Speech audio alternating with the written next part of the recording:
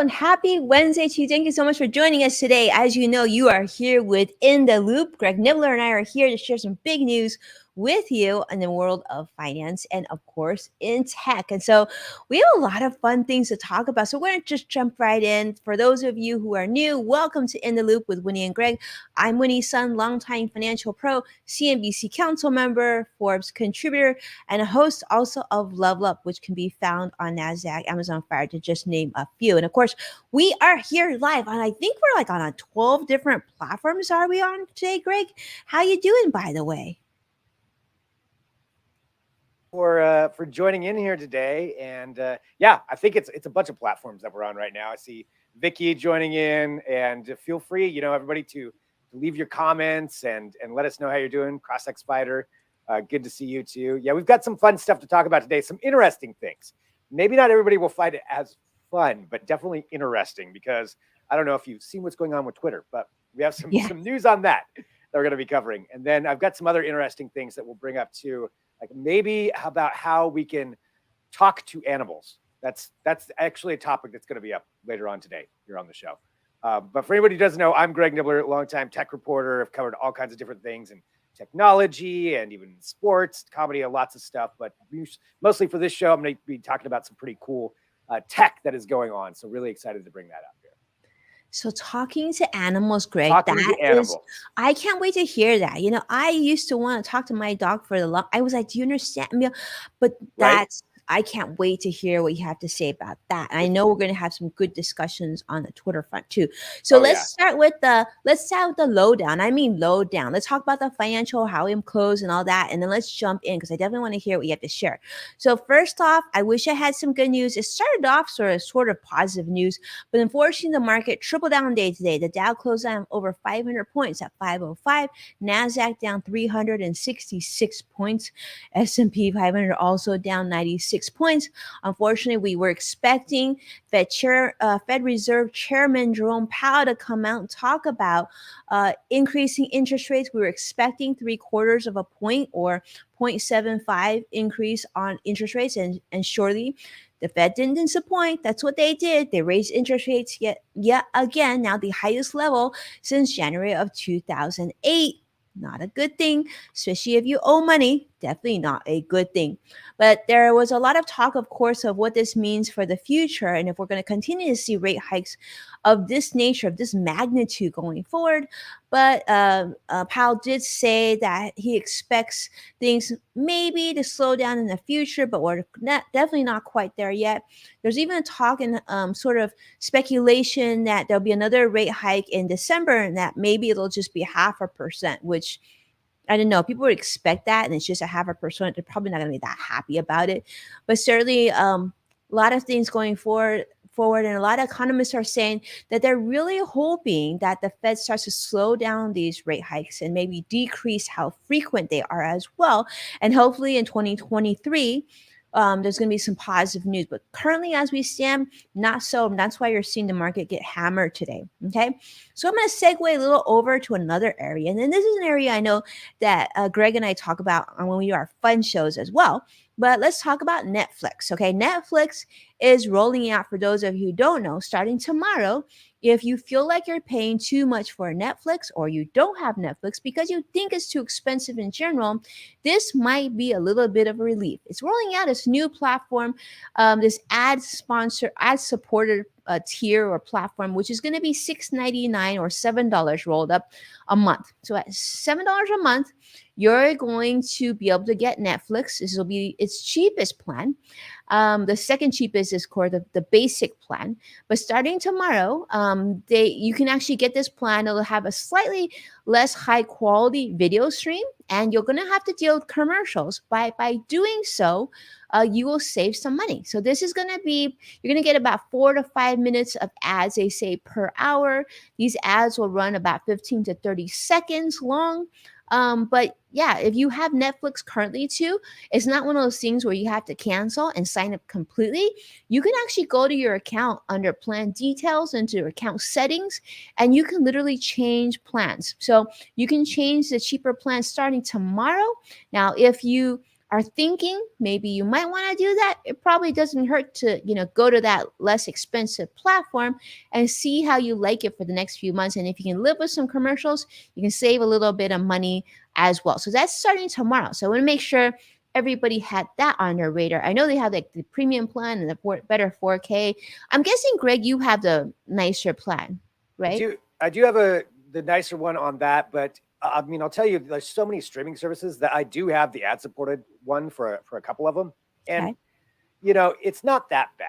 It's It's not that. not that bad. I mean, I prefer not to have them at all, but like I think I have Peacock, which is the ad supported one, because I don't watch enough on there that it matters. Although now I'm into Yellowstone, so I'm like Mhm. I'm watching Yellowstone on there, but it's got the ads. I just started it, by the way. Now I get it. It's so good. But Really? Okay. yeah, for me anyway, it kind of falls right into something that I would like. I don't know if it's for everybody, but it's like Succession and Sons of Anarchy only set on a ranch. So that's what it is for me. But the ad part of it though, it's a little bit distracting if you're really involved in something. But if you want something for cheaper, I mean, saving that money, it's not a bad. I don't mind it that much, as long as they keep the price down. That it's got to be significantly cheaper if you're doing that. Yeah, and I think that's the case. I mean, we're seeing Sadiq talk about $7 a month is more profitable than $8 Twitter verification per month, and we're going to talk about that, Sadiq. I know Oh for yeah. sure. But yeah, and Vicky is wanting more ads, and more ads and everything. But like Greg said, I have ad supported Hulu as well, and I'm with you, Hmm. Greg. It doesn't. I think it's okay if I get to watch the shows I want to watch. I can deal with it. It's Yeah. not something I love, but I think I have like the Hulu plan where I think I got it like so just so you know, it's almost a holiday season and some of these incredible deals come during the holiday season. I want to say I have the Hulu plan for like $1 or $1.99 a month. It's one of those Oh yeah. plans. So I can deal with the commercials for sure. But yeah, so keep that in mind. If that's something you want, and let's say you're paying for Netflix and you want to save some money, especially since we're going into the holidays, do you know that becomes available tomorrow? And you can actually downgrade your plan starting tomorrow. And of course, your existing plan will stay until the next billing cycle, and then you will drop to the lower price option. So if you have Netflix, you're hoping to save a couple bucks, that might be a way to go. But I want to segue to this other story, Greg, that I don't know if you saw, but I thought this was so fascinating. So you've heard of the 4-day work week, right? We talked about this before on the show, but have you heard of the 4-day weekend? I love the idea of a 4-day weekend. So get this. It seems that a lot of people just really don't want to work so many consecutive days. No surprise there, right? The less we can work, the more we can relax. I'm sure we can all agree. But interesting enough, they're finding this to be one company in particular says that this is the key to hiring more Gen Z employees. In fact, Gen Z employees love the 4-day work week. And so there was a company, in fact, you've heard of it, Chick-fil-A. Now, this is in Miami, Florida, and about 18 different locations in Miami, Florida.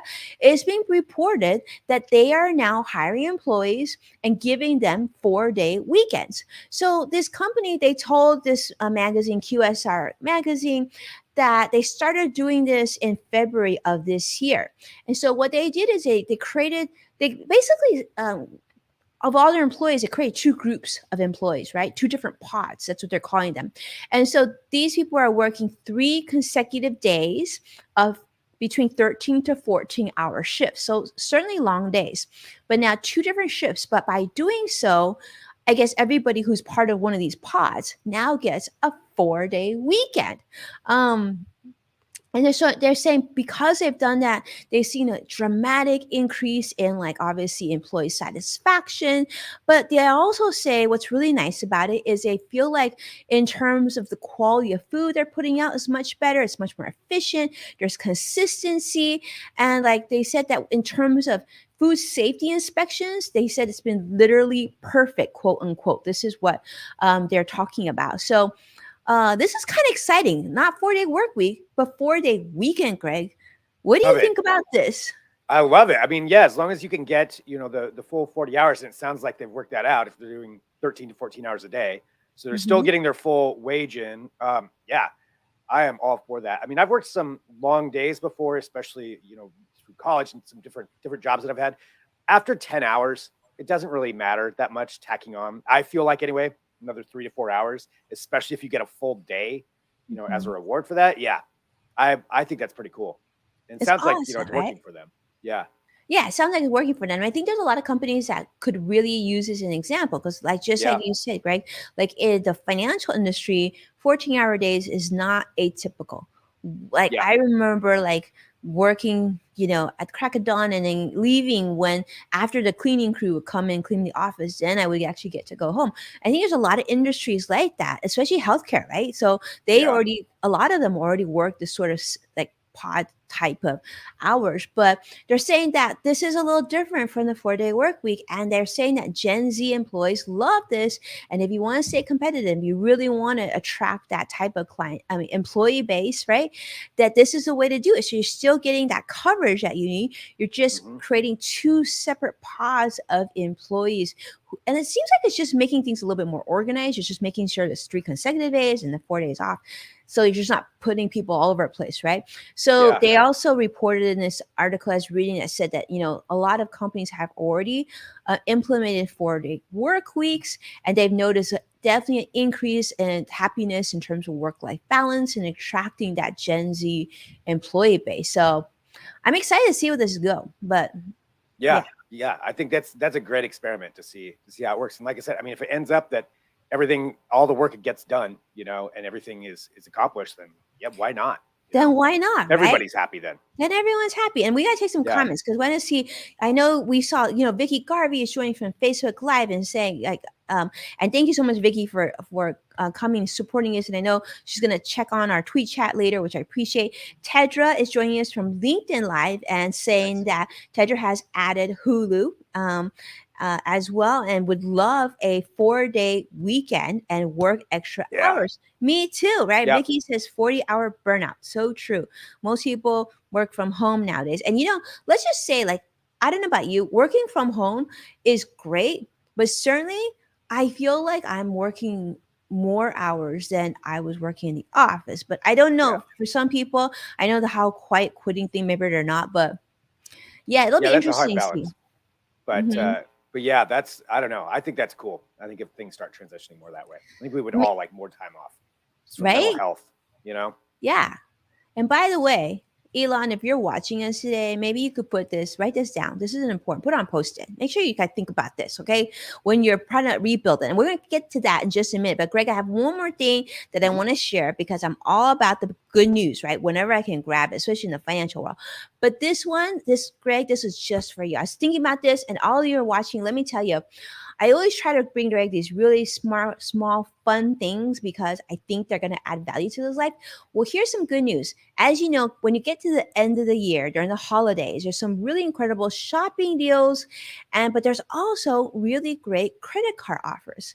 And so, our friends at Chase, they have these new credit, or they're not new credits, but they're old credit cards. In fact, I own most of these credit cards, but they have several business credit cards that have no annual fee, and they are offering some of the biggest sign-on bonuses I have ever seen. In fact, I'll point out two for you, Greg. One is the unlimited, okay, and then one is the cash card, business cash, which is my favorite Chase credit card. But these have no annual fee, and if you put a specific spend on them, I think I'm reading now, it says 6,000. If you put 6,000 on them in 3 months, you pick up 90,000 Chase Ultimate Reward points. To give you an idea of how much that is, that's like that's like 3 round trip tickets, domestically. And if you book during like, those point bonuses, that could even be like 4 tickets, just depending on how you, and these are really flexible points. You can use them for hotel, travel, like flights, all sorts of different things. Even you can even use the points to buy Apple products or gift cards or something.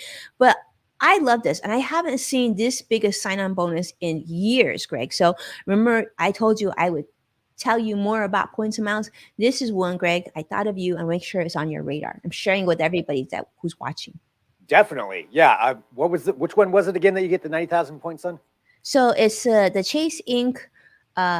Unlimited, right? Which Chase is Ink where you get Unlimited. 1.5% on all your spend, points earning on when you spend. And then the other one I love is the Chase Inc. Cash Card, which is great if you buy office supplies. It gives you 5 times points per round. And both of them have no annual fee, which I really like. That's why. So like, no annual fee and then great great savings. And if you're going to be doing some holiday shopping, in the next 3 months, or you're self-employed and you have to pay estimated taxes, these are great ways to earn points on the spend that you have to do anyways. I wouldn't go out of my ways. If you don't think you can spend 6,000 in 3 months, I definitely would not recommend doing this. But I know for a lot of business owners out there, this is a time where they're doing a lot of gifting and whatnot. This can make a lot of sense. Yeah, I love it. Mhm. All right, I'm going to look into that right after this show. So, thank you. I love getting No those kinds of problem. tips. See? And then now Um, we gotta go. I want to hear, Greg, what do you have to share?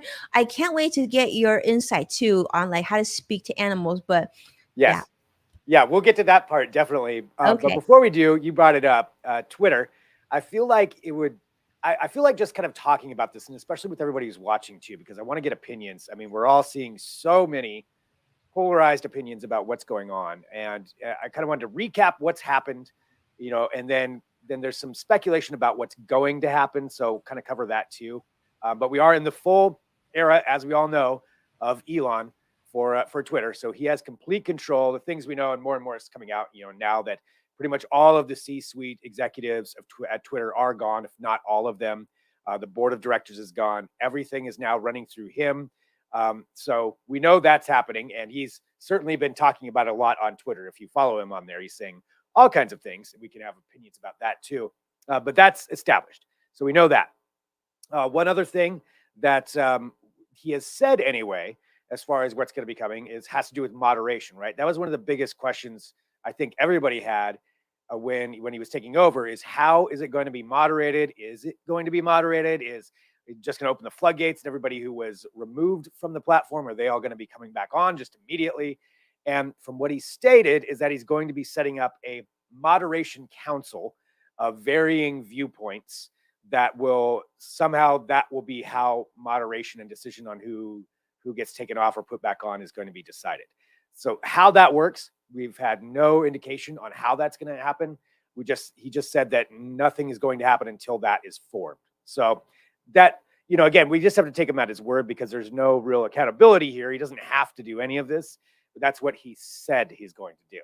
So I don't think, for a lot of people, it was like maybe a former president going to be let back on to the platform right away. Sounds like that's not going to happen, at least not right now. It could happen in the future, but right now that's not going to. And so that's just kind of some of this stuff. If anybody wants to talk about the moderation side, we certainly can discuss that. But I think the big thing, that I've been seeing this week that's a lot of discussion has to do with the verification and what is going to be going on with the blue check marks. Winnie, I want to hear your thoughts on this too, and everybody else. There was, I know he started off, the rumors were that it was going to be $20 a month that you had to pay to keep your check mark, or to, I guess buy one. And then I saw him going back and forth with Stephen King, of all people, who was saying that Stephen King was like, I'm not paying. And then I guess it's settled now, at least according to him. And again, nothing official is rolled out. This is all just really based on his tweets, is that it's going to be $8 a month. And if you don't pay that, your check mark will be removed if you have one. If you do pay it, I guess you're going to be able to apply for one. And then you get the advantages of Twitter Blue, which that seems to be in fluctuation as well, like priority tweets or less ads. There's a lot of things thrown out there. And then the edit button, although it sounds like the edit button may be going to everybody anyway. It's so confusing. mm-hmm. But as far as the check mark, as far as the verification thing, I would be curious. I don't want to put you on the spot, Winnie, but if you had thoughts on that, I know for both of us, we're verified on there. What do you think about that? Well, it's interesting, Ged, that you asked that, because I don't know if you saw earlier today on Twitter, it was trending rat verified. And so people were actually doing hashtag rat verified and put like a little rat in their name. It was so funny. But yeah, I mean, like just people like yourself, myself, and certainly a lot bigger celebrities than us, right? They sort of rely on that blue check mark, because that, we went through the process of verifying that we are who we are. They needed us to provide like verification of ID and everything, so that you knew that if you were, tweeting someone, that it was the real such and such person, like The Rock or somebody, right? Yeah. here's the thing, what I would say about this: $8 a month does add up. We're talking about almost $100 a year, right? On Yeah. top of everything else that you're paying. If you're paying for Netflix, you're paying for Amazon Prime, all this stuff adds up. The thing that he said about this is so if you can pay $8 a month, does that mean that he's assuming that bots and trolls can't pay $8 a month? Because that's sort of the Right. idea, right? So maybe that's the case. Maybe if you own like 1,000 bots, you're not going to want to pay $8,000 a month, and therefore maybe that would come. But then he says, so for those um who are real influence, or I guess real people of interest, like verified people that normally be verified, then you would get this like really quiet notation like you see for politicians. They have it like, like for example, like Gavin Newsom, who's the governor of California. You can see it says like California governor candidate or whatever. So I know it's kind of weird to me, but I will Yeah. say this is one thing. I think what he's trying to do, the goal of his goal is, of course, one thing you can say about Elon: he might be special, might be different, might be completely different, the type of person that you are. But one thing he's good at is making money. And so if he can get more people to pay $8 a month to him, he'll get his investment back very, very quickly. So he tests the idea of $20. Now it's down to $8, which is $100. There's going to be enough people to pay for it. And I imagine people like you and I, Greg, will probably end up having to pay for it, because one of the things that it will allow us to do is to share longer video and longer audio, Yeah. which is so critical to what we do, right? But it's also saying that he said he might be able to take away some of the paywalls on articles, which I'm hoping that anytime an article trends, that the paywall is removed, because I feel like that's necessary. For me, I just feels like spam if I can't read the article and you're telling me it's trending. Um, Hmm. but I think he's just, looking for every way that he can to make money Yeah. off of Twitter as soon as possible. And if it means bring back people that were previously blocked, you've already seen that happen. A lot of people that were blocked previously. And did you see Greg? It was saying that, like, in terms of the negative or derogatory content in Twitter, the percentage of increase since he acquired Twitter, it's like astronomical. Yeah. Yeah. It's crazy how many things are trending, just some bad things that are being said Bad on there. things. Yeah. And he And said some of it. He said some of that. exactly, some of the stuff that he's sent out, and Mhm. then deleted. So, and that's as part of that moderation thing, from what I've read anyway. And again, since it's all internal, we don't really have an Who's gonna official, moderate? Kanye West? I mean, right? let's be honest. Like, you probably have to be like a friend of Elon's to be moderating, and Yeah. that's really disturbing. Yeah. And it seems like they've gotten rid of a lot of the people, or removed access to a lot of the people who were moderating internally with Twitter. I read one article that said it's down to like 15 people who are handling it, which 15 people would not be able to do that And it used to for be all. hundreds. They said it was like a Yeah. huge department. Yeah. So, I mean, like, what are you going to do there? Something obviously needs to be done, or people are gonna leave, because it's just, if it turns into this Wild West free for all of saying whatever horrible thing you want all the time, why would you want to be on there? Mhm. The $8 verification, I think I want to know. It's kind of like what you said. Like, what are the other advantages that you're getting? Okay, you want somebody to pay that much, but really, in a way, it just seems like you're taking something away and being like, okay, now I'll give it back to you if you pay. But Yeah. what are some of the, what are the bonuses? What do you get with that? Longer video, that could be of value if that turns into something that's actually gets, seen, if you're going to like push those tweets up higher. But then again, if it's open for everybody and everybody pays the $8, then who's getting amplified Who's over the other game? person? That's like Netflix. And then he's Yeah. saying that, people can create content and then he'll show revenue on Twitter. But then, like, Twitter is like sort of like texting and news. Are we turning Twitter into TikTok and YouTube? Because Yeah. I feel like that's not like what Twitter was about. But Yeah. maybe Twitter is just evolving into something we don't even know. Well, I think, and that's actually one of the things I was going to bring up, something that he actually brought up about where in the long term, and again, it's just Elon saying things, so anything can change with him. Where's our Cybertrucks? But so, Exactly. so, who knows? But this is what he kind of said, and it's kind of exactly what you just mentioned, that he wants to eventually, like this is the stepping stone toward an app called X that would be an app for everything, according to him. And it seems like he's kind of modeling it after WeChat and some of the like maybe WeChat and Weibo and some of the different ones in China, the different social media networks, where you can do like everything on there. So it's not it's a Twitter, it's a Facebook, it's you share video, all that stuff, but you also pay for things. It's accepted as a payment system in stores.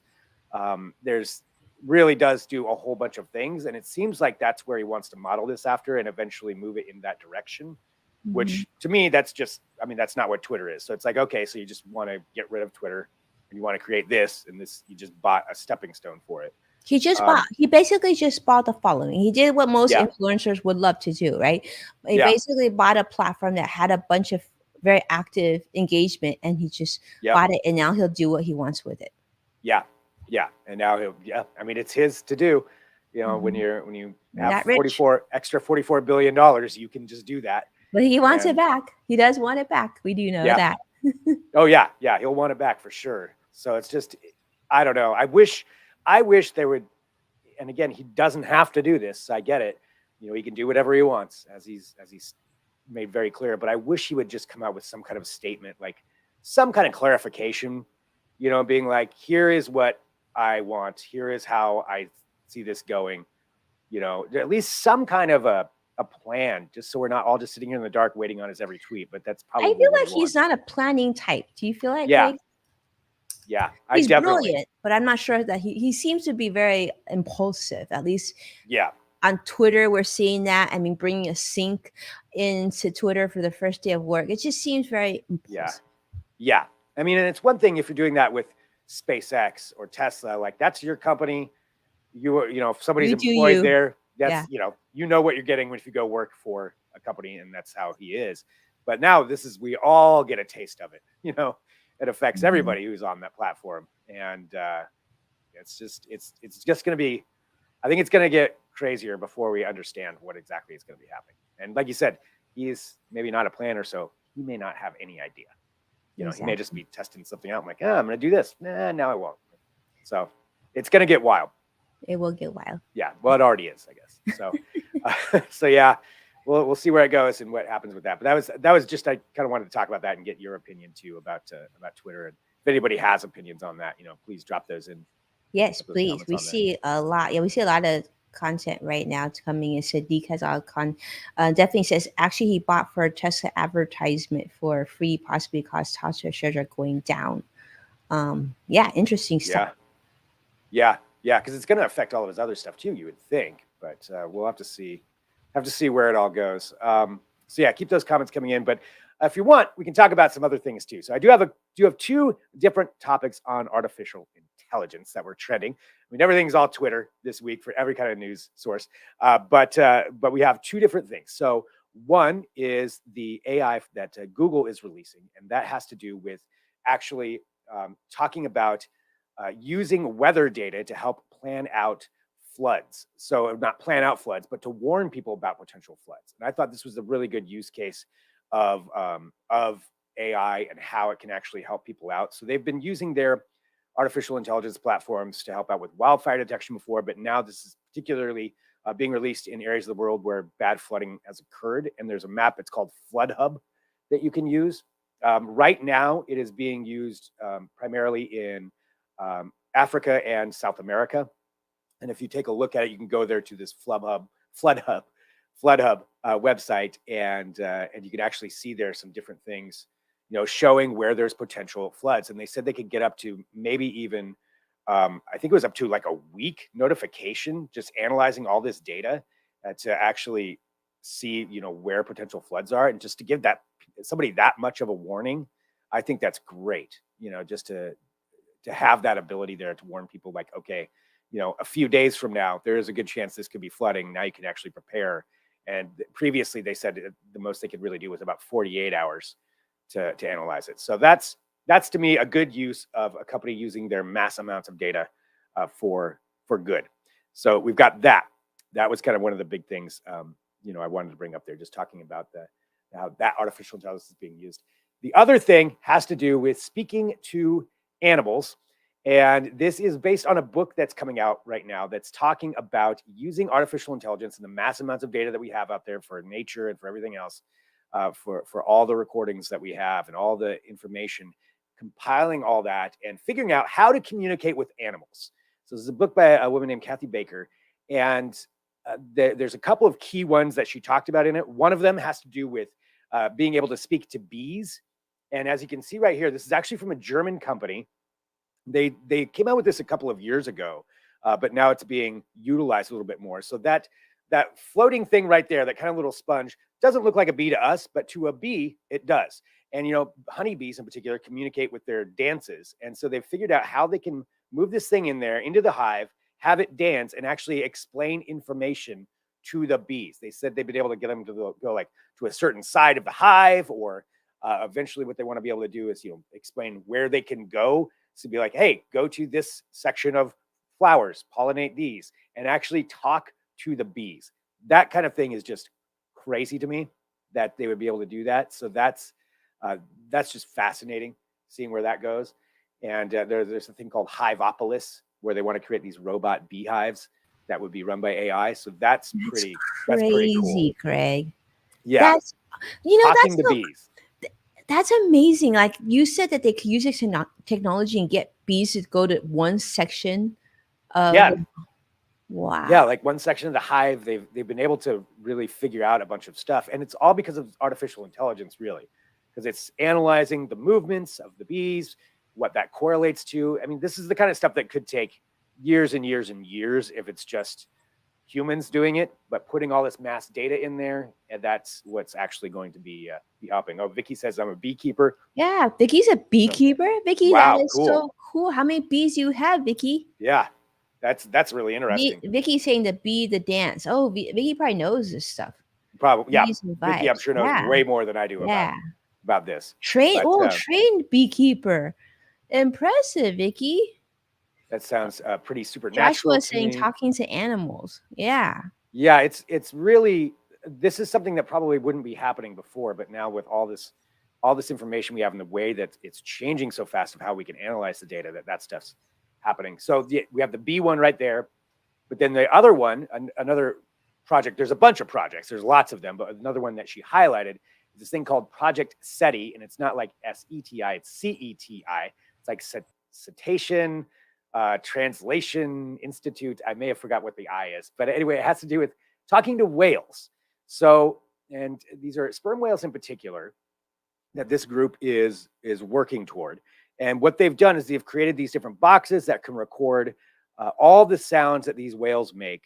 That's how they communicate. They have their own way of doing that. We all know that part, but this is recording them all and then taking all of that data and jumping it basically into a program with artificial intelligence and combining all of that information with information that's already known about the whales, their patterns, where they go, what they do, what they eat, and then trying to match that up with the sounds that are being made to see if we can figure out what basically the whale language would be.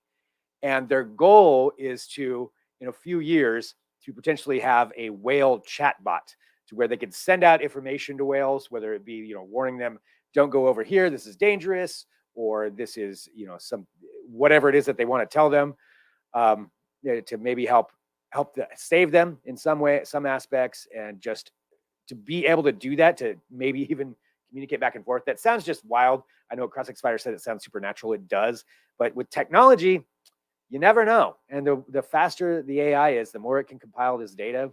They may, in fact, create a whale chatbot. How cool will that be? I mean, Greg, like, so then we'll be able to communicate with animals, more creatures on Earth. I think, talk about powerful. That's powerful stuff. And I just want to welcome Carlos is joining us on YouTube. I thank you so much for joining us after your workday. We certainly appreciate it. But so Greg is talking about using AI and communicating with animals. I mean, how cool is that? I feel like when I hear you say this, Greg, it reminds me of like watching Marvel movies. And like at some point, there's like, somebody that we need to fight, and we call the whales, and we call the elephants, and we call the bees to come and help us.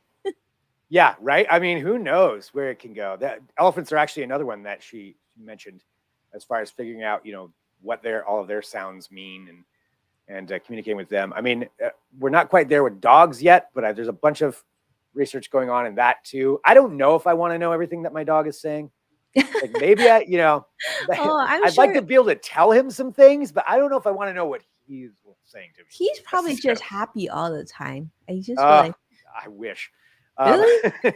Well, I did get a new dog, and he's 90 pounds, but he's not quite 2 years old yet. So Oh wow.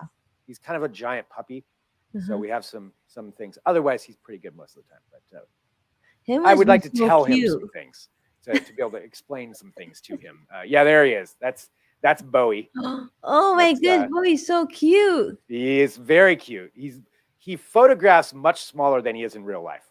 Yeah, because in real life he is a big boy. Yeah, 90 pounds. Oh my goodness, that weighs more than my second child. My second child is 10 years old. Wow, Bowie's big boy.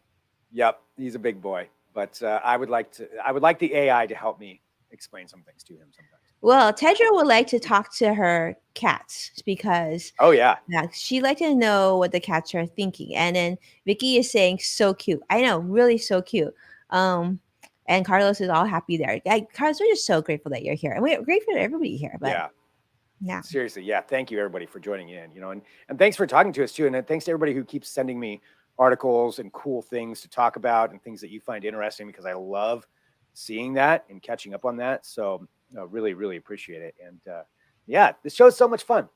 And we just say special thank you, Greg, to, of course, everybody who helps share the show. So if you don't mind, want to help us out, share the show on your social media channels, tag Greg Nibbler, tag Winnie Sun, so we know that you're doing it, and so we can properly thank you. So big, huge this week, want to say big thank you to Vicky Garvey, who's really gone above and beyond in that realm and helped us out, and same with Sadiq and Joshua. Thank you so much for sharing the show with someone that you care about. We do this, as you know, because of you. We love to be here with you weekend and week out, and it's been a great week. We just celebrated Halloween. And by the way, Greg, you still owe us a picture of your Halloween costume. I didn't trust I do. So maybe next week we'll be able to see a picture. That'll be really fun. But we have another really fun show scheduled for you, planned for you next week. So definitely tune in. And like Greg says, if you think of anything, you read anything that you think we should share in the show or we should just know about, definitely tag us, because we love that. It's so much fun. Please do. Yeah. Thanks, everybody. Appreciate it so much. And yeah, like Winnie said, we'll talk to you next week. We'll talk to you next week. Have a great week. Take care. Bye.